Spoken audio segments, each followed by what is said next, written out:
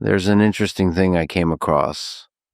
Adam Satiev said that high-level athletes often make a mistake.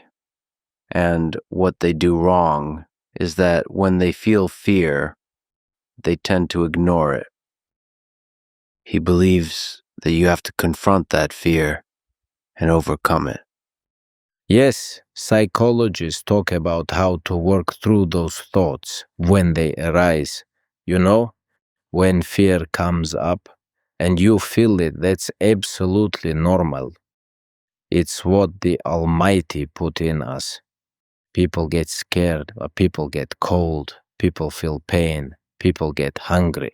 These are things that are inside all of us.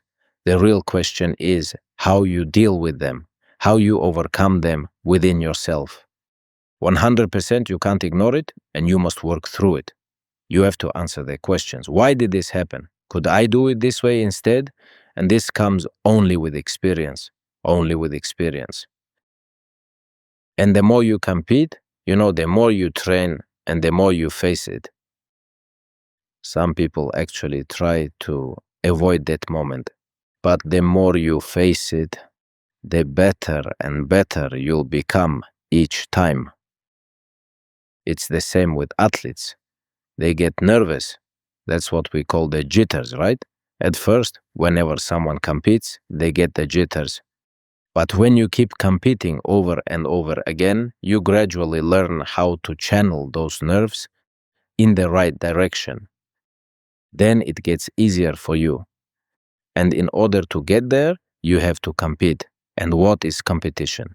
You meet this fear face to face. You don't avoid it. A lot of guys are staying away from competitions. When they're young, they have this tension, this self-consciousness, this fear, the jitters. They're nervous. They can't sleep at night. You have to go through all of that yourself. Nobody can do it for you. A coach can train you. A coach can teach you. But all he can say is, practice, practice, practice. Then there's you, alone with your own feelings. When you lie down, when you wake up, when you walk, when you're by yourself, when you eat. There are so many moments when a person has to go through all of this on his own. And when you have to go through this over and over again, some people back away. They don't want to face it. And what do you need for that? Patience. You have to come and endure it and go through all of it, through your skin, through your muscles, through your mind. You must let all of this pass through you and overcome it. And each time, you'll get better at it. A good example of that is the third person you mentioned, George St. Pierre, who, by the way, sends his regards. I train with him a lot, and he has a very deep respect for you. But he didn't give me much good advice because when I told him I was going to train with you, he told me, what did he say? He texted me, if you die, you die. That's what he said.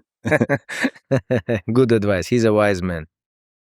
Didn't support me and said, say hi. Tell him I say hi too. As we were talking about, he himself has spoken about this, that he was afraid and always felt fear before every single fight. That's interesting. One of the greatest fighters in history, yeah. And even he feels fear. He's not afraid to admit it. Everybody has fear, everybody gets afraid, but I don't know how big that fear was for him. I really don't know. We never discussed it, but I've watched a lot of his interviews, his fights, and his training camps. The way he analyzed his past fights and all that, the way I see it, he's a very sensitive person. There are people like that too.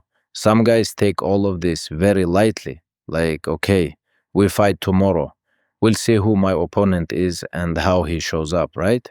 But there are others who find it very difficult to handle psychologically. But the Almighty gave me this kind of calmness.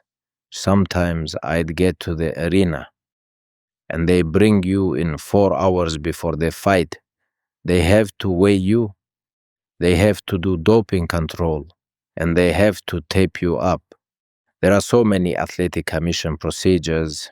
Every state has different rules, how they bring you into the arena and all that. Sometimes I'd get there 4 hours early and think, what am I supposed to do? So I make myself a little bed and say, please keep it quiet. I would lie down. I could sleep there for an hour, maybe an hour and a half. That's it. Wake up, warm up, and then I could go out and fight. And some guys, they don't sleep for 2 days before they fight. Believe me, there are fighters who don't sleep the night before a fight, and it's very hard on them. It's not really fear. It's hard to describe with just one emotion. It's too many emotions that come over a person, and they can't fall asleep. It's panic, it's fear, it's worry, it's nervousness, it's the jitters. All of that builds up, and the person just can't fall asleep. So, in that regard, the Almighty gave me a little more calmness than others. I had, such a cool head and calmness before the fights.